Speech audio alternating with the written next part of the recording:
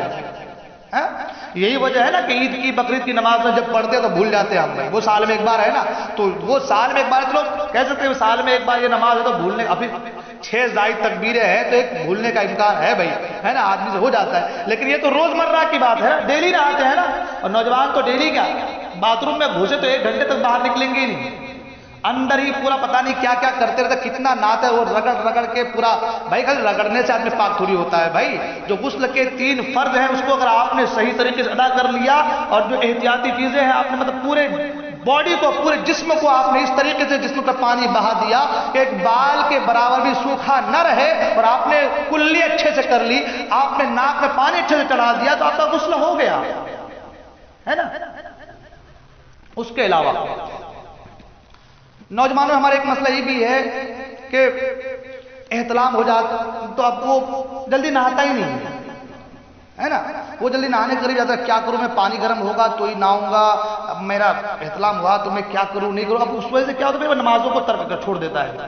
میاں بیوی میں ایسے مسئلے آتے ہیں, سوئے اور اس کے بعد جو ہے ہم بسترے کا نہیں بھی ہوئی, مگر صبح کو اٹھے کچھ تری وغیرہ پائی گئی تو اب وہ ڈرتے بھائی کیا ہوا نہیں ہوا, پھر غسل کرنا پڑے, کیا کرنا پڑے گا. یہ ساری چیزیں ہوتی ہیں. تو یہ سب مسئلے آپ علماء سے پوچھیں, یہ سب مسئلے آپ علماء سے پوچھیں, اس کی جانکاری لیں آپ. دیکھیے احتلام اگر ہو جائے اور آپ اٹھے سو کر کے, آپ نے تری پائی تو اب آپ پر غسل واجب ہے, آپ فوراً غسل کیجیے, ہے نا. جتنی دیر تک آپ ناپاکی کے حالت میں رہیں گے لعنتیں برستی رہیں گی. اور اتنی تاخیر کرنا کہ نماز کا وقت ہو جائے یہ تو گناہ ہے, سخت وعید ہے, سخت منع فرمایا گیا اس تعلق سے.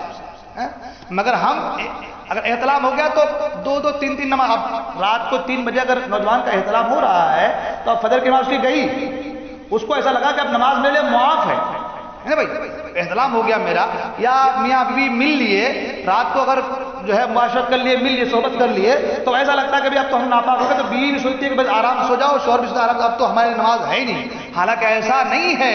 اتنی تاخیر کرنا کہ نماز کا وقت چلا جائے یہ گناہ ہے. آپ ناپاک ہوئے فوراً آپ جو ہے نہانے کی تیاری کریں. اچھا اس میں ایک چیز اور, بعض اوقات یہ بھی ہوتا ہے, لوگ یہ بھی سوال کر سکتے ہیں کہ حضرت آپ تو احتلام کے بعد یا ملنے کے بعد آپ فوراً نہانے کے لیے بولے, تو ادھر جو ہے بیوی سے ملے, فارغ ہوئے اور فوراً چلے گئے غسل خانے میں, ہے نا. اس کے ایک مسئلہ سن لیں. اگر منی کے کچھ قطرے نکلے اور فوراً ہی آدمی بغیر پیشاب کیے 40 قدم چلے بغیر یا سوئے بغیر آدمی نے نہا لیا, اور اس کے بعد کچھ دیر کے بعد پھر اس کو کچھ قطرے آئے, تو اب اس کے اوپر نہانا غسل واجب ہے. یا تو پیشاب کرے یا تو 40 قدم چلے تاکہ جو کچھ اندر ہے وہ باہر نکل جائے نا. یہ ہمارا تو نہیں ہے کہ ہم فورس کر کے نکال دیں گے, یہ تو قدرتی ہے. جب شہوت کا جو نکلنا ہے وہ نکلنا ہے, جب اپنی جگہ پہ اس لیے وہ نکل گیا, اپنے مادے منویات سے وہ چیز جدا ہو گئی, اب وہ اس کو نکلنا ہے, اب اس کو نکلنا ہے. تو اس لیے کیا کہا گیا کہ یا تو پیشاب کر لیا جائے, یا تو 40 قدم چلا جائے, یا تو تھوڑی دیر سو جائے. اچھا ایک چیز اور سو جانے کے تعلق سے اور بتا دوں میں, میاں بیوی کا جو مسئلہ ہوتا ہے صحبت کا, ابھی ہمارے نوجوان حضرات بھی یہاں پر ہیں تو جن کی نئی نئی شادی ہوتی ہے, اب رات میں بیوی سے ملے, اس کے بعد پھر بیوی سے ملنے کا دل کیا, من کیا, جو سونے والا مسئلہ آیا اس لیے میں اس مسئلے کو بیان کر رہا ہوں. پھر جو بیوی سے ملنے کا دل کر رہا ہے تو آپ جیسے بیوی سے ملے آپ اچھے سے جو ہے ہاتھ منہ دھو لیجیے, وضو کی طرح کر لیجیے بالکل. اس کے بعد آپ کو اگر سونا ہے تو سو جائیے. پھر جب بیوی سے ملنے ہیں آپ تو ایک بار جمع کر رہے ہیں, جب بیوی دوبارہ ملنا ہے تو پھر آپ اچھے سے وضو کر لیجیے, یا تو کم سے کم ہاتھ منہ دھو لیجیے, کلی کر لیجیے. اس چیز کا خاص خیال رکھیں. حالانکہ ایسا اگر نہیں کرے گا تو گنہگار تو نہیں ہوگا, لیکن اس کو مکروہ لکھا گیا ہے, اس کو جو ہے مکروہ لکھا گیا ہے. یہ سارے مسائل کب آپ کے سامنے آئیں گے؟ جب آپ علماء سے جو ہے قریب ہونے کی کوشش کریں گے, جب آپ ایسی محفلوں میں آئیں گے تو انشاءاللہ ان مسائلوں سے آپ آشنا ہو جائیں گے. ٹھیک ہے, تو میری تمام نوجوانوں سے, تمام لوگوں سے درخواست ہے کہ یہ جو دینی تربیتی نشست کا جو پروگرام شیخ صاحب طبلہ کے سرپرستی میں ہو رہا ہے, سبھی لوگوں سے میری گزارش ہے کہ اس کو کامیاب بنانے کی کوشش کریں اور پورے گاؤں میں ایک انقلاب پیدا کر دیں کہ بھائی نہیں, ہم کو جو چیزیں معلوم نہیں تھی وہ چیزیں یہاں مل رہی ہے, تو ہم اس محفل سے جڑیں, اپنے دوستوں کو بھی ان سے جوڑیں, اپنے دوستوں کو بھی اس سے جوڑنے کی کوشش کریں, تاکہ آپ کے ذریعے سے اگر کسی کا غسل صحیح ہو رہا ہے, کسی کی نماز صحیح ہو رہی ہے, تو اس کا ثواب آپ کو ہی ملنے والا ہے, اس کا ثواب آپ کو ہی ملنے والا ہے. میں نے پچھلے اتوار کو ایک مسئلہ یہ بیان کیا تھا احتلام کے تعلق سے, وہ بات آئی تھی, ابھی تو پھر دوسرے مسئلے پہ چلا گیا تھا میں. احتلام کے تعلق سے اگر رات کو سویا اور احتلام ہونا بھی یاد ہے, احتلام ہونا بھی یاد ہے, مگر صبح کو اٹھا اور کپڑے پر کوئی چیز, کوئی تری معلوم نہیں ہوئی, کوئی چیز نہیں پائی, تو اس پر غسل واجب نہیں ہے. ٹھیک ہے, اس پر غسل واجب نہیں ہے. اور نوجوان کیا ہوتا ہے کہ رات کو سوئے, اب خواب دیکھ لیے تو خواب میں احتلام ہو گیا, تو اب صبح کو اٹھے اگر کپڑے پر کوئی چیز نہیں پائی گئی تو بھی ایک عجب سی بات رہتی کہ بھائی رات کو تو ہوا تھا, مجھے تو یہ چیزیں یاد ہے, تو اب اپنی نماز کو چھوڑ رہا ہے نا. اس لیے دیکھیں, جب تک تری آپ کے کپڑے پر آپ نہ پائیں آپ پر غسل واجب نہیں ہے. اچھا, پچھلے اتوار کو میں نے ایک مسئلہ مزی اور ودی کے تعلق سے بیان کیا تھا. میں دیکھیں, مزی اور ودی ان دونوں سے غسل واجب تو نہیں ہوتا, غسل واجب تو نہیں ہوتا, البتہ وضو ٹوٹ جاتا ہے. مگر ایک بات کا خاص خیال یہ رکھیں, اس سے غسل واجب تو نہیں ہوتا, مگر یہ چیز کسی کپڑے میں کسی جگہ لگ جائے تو وہ کپڑا ناپاک ہو جائے گا. اس کا مطلب یہ نہیں کہ بھئی یہ مزی یا ودی سے جو ہے غسل نہیں واجب ہوتا تو چلو اس کپڑے پہ لگ جائے تو کوئی ٹینشن نہیں ہے, ایسا نہیں ہے. اس سے غسل واجب نہیں ہوتا, وضو ٹوٹ جاتا ہے, مگر کپڑے پر لگے تو کپڑے کو ناپاک کر دے گا. اس لیے اگر ایسی چیزیں, ایسی رطوبت اگر کپڑے پر لگے تو اس کپڑے کو دھوئیے, جہاں پر لگے اس کو دھوئیے. ایک چیز اور, وہ سفید قطرات کے تعلق سے یہ مسئلے بار بار پوچھے جاتے ہیں, حضرت ایسا ٹپک جاتا ہے قطرہ تو کیا کرنا تو سنیں, اگر سفید قطرے اگر ٹپک جا رہے ہوں, ہے نا, جس کو ودی کہا گیا ہے, اس سے غسل واجب نہیں ہوتا, وضو ٹوٹ جاتا ہے, تو آپ وضو کر کے پھر سے آپ نماز ادا کر سکتے ہیں. اب مسئلہ یہ ہوتا ہے کہ بھائی وہ نکلا تو انڈر ویئر پہ لگا, ہے نا, انڈر ویئر پہ, یا پھر اگر پائجامہ پہنا تو پائجامہ پہ, یا لنگی جو بھی ہے لگا اس پہ, ہے نا. اب مسئلہ ہوتا ہے کہ پھر لنگی کا کیا کریں گے, تو اب آپ جب آپ نماز پہ جائیں گے کپڑے چینج کریں گے, وضو کریں گے, پھر آپ نماز پڑھیں گے. یا تو پھر اس کے لیے سہولت یہ ہے کہ ایک کپڑا جو ہے انڈر ویئر کے اندر رکھ دیا جائے, اگر وہ گرے, جس کو عادت ہو گئی ہو, قطرے ٹپکنے کی عادت ہو گئی ہو, ایک ایسا کپڑا یا ایسا کاٹن روئی کو کپڑے کے اندر رکھ کر کے کپڑے کو انڈر ویئر کے اندر رکھ دیجئے تاکہ اگر وہ قطرے گرے تو اسی روئی میں جذب ہو جائے یا کپڑے تک ہی محدود رہے، آپ کے کپڑے میں نہ لگے۔ جب آپ نماز کا وقت ہو اس کپڑے کو نکال کر کے رکھ دیجئے آپ، ہے نا، اور پھر وضو بنا کر کے آپ نماز پڑھ لیجئے، وضو بنا کر کے آپ نماز پڑھ لیے۔ اس سے یہ ہوگا کہ آپ کو بار بار کپڑا چینج کرنے کی ضرورت نہیں پڑے، نوبت نہیں آئے گی، کیونکہ جب تک وہ چیز کپڑے پہ لگے گی نہیں آپ کا کپڑا ناپاک نہیں ہے۔ جب آپ کا کپڑا ناپاک نہیں ہے تو آپ اس کپڑے سے نماز پڑھ سکتے ہیں، ٹھیک ہے۔ وقت کافی ہو چکا ہے، ماشاءاللہ حضرت کی تقریر بھی بہت لمبی ہو گئی، اور جو ہے جہاں تک مجھ سے ہو سکا مسائل میں نے بیان کیا۔ ایک چیز اور دیکھیے، جو بھی سوال آپ کرنا چاہتے ہیں کر سکتے ہیں اس غسل کے تعلق سے، اس سے ریلیٹڈ، ہے نا۔ انشاءاللہ جو ہم کو معلوم ہوگا ہم آپ کو بتائیں گے، جو ہمارے ذہن میں ہوگا ہم آپ کو بتائیں گے، اور جو چیز ذہن میں نہ ہو انشاءاللہ ہم کتاب دیکھ کر کے آپ کو اگلے سنڈے کو انشاءاللہ یا پھر کل اگر آپ نے کل انشاءاللہ اس کو بتایا جائے گا۔ اس کا مطلب کوئی یہ نہیں کہ حضرت نے مسئلہ بیان کیا، علماء کرام یہاں موجود ہے، مسئلہ تو حضرت کے ذہن میں رہا نہیں، کسی بھی عالم کے ذہن میں رہا نہیں، ایسا نہیں ہے کہ ہر مسئلہ ذہن میں ہو۔ اگر ذہن میں ہوگا تو ہم بتائیں گے، اور نہیں ہوگا تو انشاءاللہ کل بتایا جائے گا یا پھر اگلے سنڈے کو بتایا جائے گا۔ اس سے ریلیٹڈ آپ کوئی بھی مسائل پوچھ سکتے ہیں۔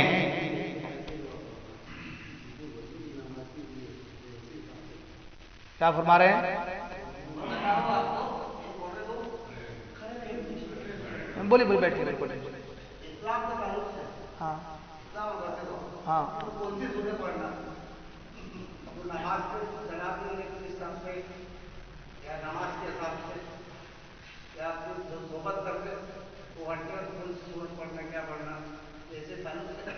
نماز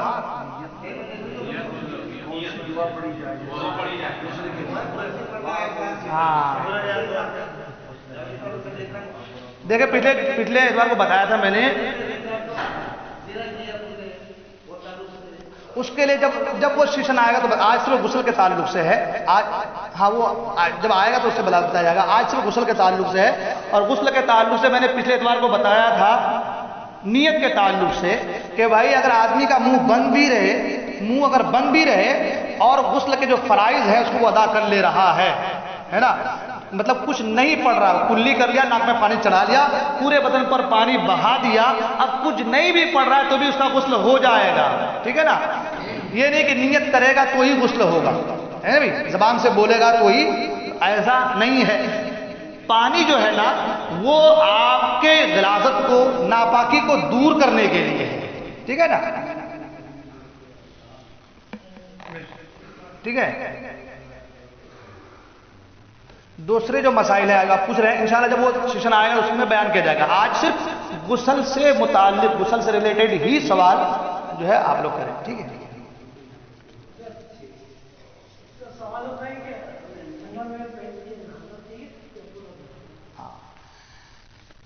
ننگا نہانا بھی جائز ہے، سن لیں آپ، ننگا نہانا بھی جائز ہے۔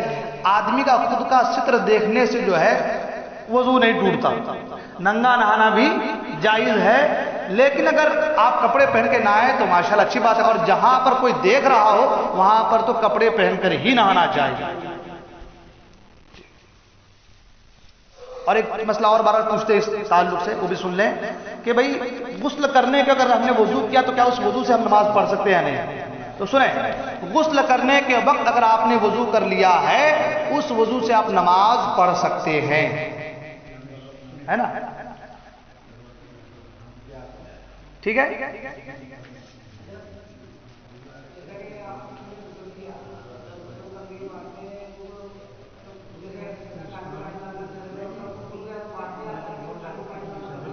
ہاں جب آپ غسل کر رہے ہیں نا آپ کو فوراً خیال آئے کہ غسل کرنے کے بعد کہ بھائی پان میں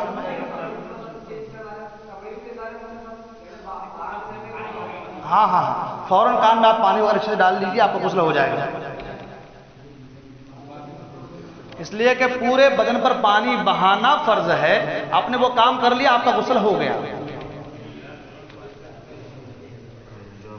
ٹھیک ہے۔ دعا حضرت فرمائیں، بولنے کو غلطی ہو گئی میں توبہ کرتا ہوں، استغفر اللہ ربی من کل ذنب واتوب الیہ، لا الہ الا اللہ محمد رسول اللہ صلی اللہ علیہ وسلم۔ السلام علیکم ورحمۃ اللہ وبرکاتہ۔ انشاءاللہ العزیز آئندہ اتوار کو یہ پروگرام ڈانگ پورا مدینہ مسجد میں رکھا جائے گا انشاءاللہ عزیز۔ سبھی حضرات سے میری پرخلوص گزارش ہے کہ اپنے ساتھیوں کو، دوستوں کو لے کر کے اس محفل میں ضرور تشریف لائیں انشاءاللہ، اور غسل کے تعلق سے، وضو کے تعلق سے، تیمم کے تعلق سے، نماز جنازہ کے تعلق سے اور کفن دفن کے تعلق سے انشاءاللہ گفتگو ہوگی۔ السلام علیکم و رحمۃ اللہ وبرکاتہ۔